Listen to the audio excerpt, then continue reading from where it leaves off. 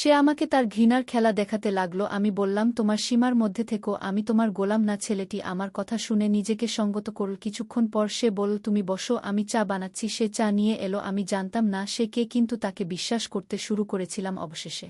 সে বলল, সোনালি, আমি তোমাকে ঘৃণা করি, ভেবেছিলাম তোমার জন্য সবকিছু নষ্ট করব, কিন্তু পারলাম না। তুমি এখন আমার সঙ্গে থাকবে। তার কথায় আমার বুক ধক করে উঠল। আমি কাঁপছিলাম। আমার কারো সাথে শত্রুতা ছিল না। ছেলেটাকে সুনীল নামটা শুনেই আমার মনে আলো জ্বলে উঠল না। কেন আমাকে ঘৃণা করছো? আমি তো কারো শত্রু নই। সে বলল, তোমার চোখে সব বুঝে গেছি। সে রাগান্বিতভাবে আমার দিকে তাকালো এবং আবার তার ভালোবাসা দেখাতে লাগল।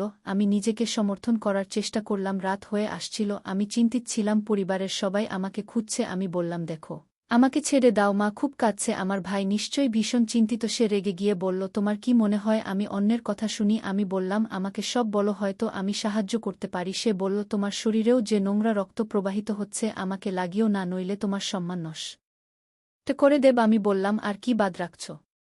আমি এখান থেকে বের হলেই তো সবাই জানতে পারবে আমার সাথে কি হয়েছে। তুমি আমার সবকিছু নষ্ট করে দিলে, এখন আবার কি করার বাকি আছে? সে রাগ করে রুম থেকে বেরিয়ে গেল। আমি আর নিজেকে সামলাতে পারছিলাম না। আমি কাঁদতে শুরু করলাম এবং রুমে কিছু প্রমাণ খুঁজতে লাগলাম। একটা ছবি পেলাম যেখানে একটা মেয়ে আছে। মনে হলো মেয়েটা তার বান্ধবী। আমি ভাবলাম ছবিটা দেখিয়ে তাকে ব্ল্যাকমেইল করতে পারি। বিছানায় বসেছিলাম আর ভাবছিলাম, আমার জীবনটা মনে হয় এখানেই শেষ হয়ে যাবে, আর আমি কাউকে আমার মুখ দেখাতে পারবো না। কিছুক্ষণ পর ছেলেটা দরজা খুলে আমার কাছে এসে বলল, কাঁদছ কেন? আমার চোখ লাল ছিল। আমি ছবিটা দেখিয়ে বললাম, তুমি আমাকে কিডন্যাপ করেছ কেন? যদি তোমার বান্ধবী জানতে পারে কত কষ্ট পাবে। হঠাৎ সে আমার হাত থেকে ছবিটা ছিনিয়ে নীল। ছেলেটি ছবিটার দিকে তাকিয়েছিল, তার চোখ ভিজে গেল। আমি ওর কাছে এসে জিজ্ঞেস করলাম, কি হয়েছে? সে বলল, এই ছবিতে যে আছে সে আমার বোন হয়। তারপর সে বলল, চলো ডাইনিং টেবিলে বসি। আমি জিজ্ঞেস করলাম, তোমার বোনের বিয়ে কি হয়ে গেছে? সে উত্তরে বলল, আমার বোন আর বেঁচে নেই, আর তার মৃত্যুর জন্য তোমরা দায়ী। আমার চোখে জল এসে গেল। আমি বললাম, কি বলছো?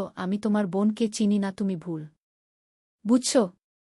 সুনীল বলল, তোমার ভাই আমার বোনের সাথে প্রতারণা করেছে, তাকে গর্ভবতী করে ছেড়ে দিয়েছে। আমার বোন অপমান সহ্য করতে না পেরে আত্মহত্যা করেছে। আমি বললাম, আমার ভাই এমনটা করতে পারে না। রাজীব বলল, তোমার ভাইয়ের জন্য আমার বোনকে সমাজের অপমান সইতে হয়েছে, তাই আমি প্রতিশোধ নিতে চেয়েছি, তোমাকে অপমান করতে চেয়েছিলাম। আমি বললাম, তুমি যা খুশি করো, কিন্তু আমি তোমার সন্তানের মা হতে রাজি আছি। তোমার বোনের মতো আমি আত্মহত্যা করব না। তারপর আমি রুমে চলে এলাম। রাগে আমি কাঁপছিলাম। আমি তার রুমে এসে বললাম, তোমার বোনের মৃত্যু ফেরানো সম্ভব নয়, কিন্তু সব দোষ আমার ভাইয়ের নয়, তোমার বোনেরও ছিল। সে আমার উপর ঝাঁপিয়ে পড়ল, তার সমস্ত ঘৃণা প্রকাশ করল। আমি বাধা দেইনি, তার ব্যথা মুছে ফেলতে চেয়েছিলাম। সারারাত ধরে সে আমার সাথে তার ঘৃণার খেলা খেল। সকাল হলে আমি ক্লান্ত ও বিধ্বস্ত ছিলাম। সে বলল, তোমাকে তোমার বাড়িতে ফিরিয়ে দেব, কিন্তু মনে রেখো, গত রাতের সবকিছু ভিডিও করা হয়েছে। আমার বিরুদ্ধে যাবার চেষ্টা করো না। আমাকে তার গাড়িতে করে বাড়ি নিয়ে এলো। বলল, তুমি নামো, কিন্তু আমি তোমার বাড়ির ভেতরে আসব। আমি অবাক হয়ে গেলাম। সে আমার সাথে ভেতরে ঢুকল। বাবা মা ভাই সবাই আমাকে দেখে প্রশ্ন করতে লাগল, কোথায় ছিলে সারারাত? সুনীল আমার ভাইকে বলল, আমার বোনকে যারা কষ্ট দিয়েছে তাদের শাস্তি দেওয়া হয়েছে। আমার ভাই অবাক হয়ে বলল, তুমি কি করে আমার বোনের কাছে এলেই? সুনীল বলল, তোমার বোনের জীবন নষ্ট করেছি, এখন এটাই তোমাদের শাস্তি। আমি নিজেকে আত্মহত্যা থেকে বাঁচালাম, প্রতিশোধ নেওয়ার পরিকল্পনা না করেই। আমার মা এসে জিজ্ঞেস করলেন, এটা কি নিষ্ঠুর? আমি বললাম, এই লোকটি আমার সাথে যা করেছে তা কোনো মতেই সঠিক নয় মা। আমি সুনীলকে ভালোবাসতে শুরু করেছি, যদিও সে আমাকে তার ভাইয়ের অপরাধের জন্য দোষারোপ করেছিল এবং তার সাথে প্রতিশোধ নিতে চেয়েছিল, কিন্তু সেদিন সে আমার সাথে এসব বাধ্য হয়েই করেছিল, কারণ তার মাথায় শুধু তার বোনের মৃত্যুর প্রতিশোধ ঘুরছিল। কিন্তু সে আমার সাথে ভালো ব্যবহারই করেছিল, আর এখন আমার সাথে যা হয়েছে এসব সবাই জানতে পারলে আমাকে মরা ছাড়া কোনো উপায় পাওয়া যাবে না। আমি তার প্রেম পড়েছি। আমার কথা শুনে আমার মা অবাক হয়ে গেল আর বলল, সুলিন কি রাজি হবে? আমি বললাম, হ্যাঁ, মনে হয় রাজি হবে, কারণ সেদিন রাতে এসব ঘটনার পর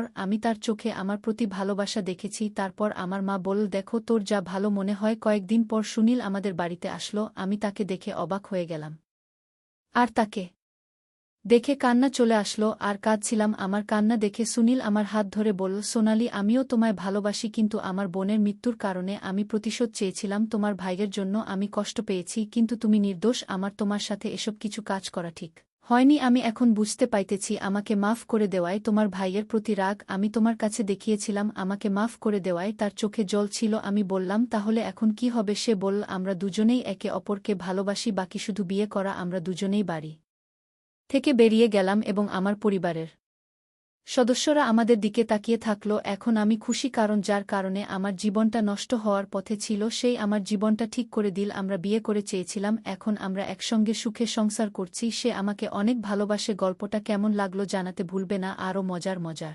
রোমান্টিক গল্প শুনতে চাইলে ভিডিওটি লাইক, শেয়ার এবং চ্যানেলটি সাবস্ক্রাইব করতে এবং বেল আইকনটি টিপতে ভুলবে না। ধন্যবাদ।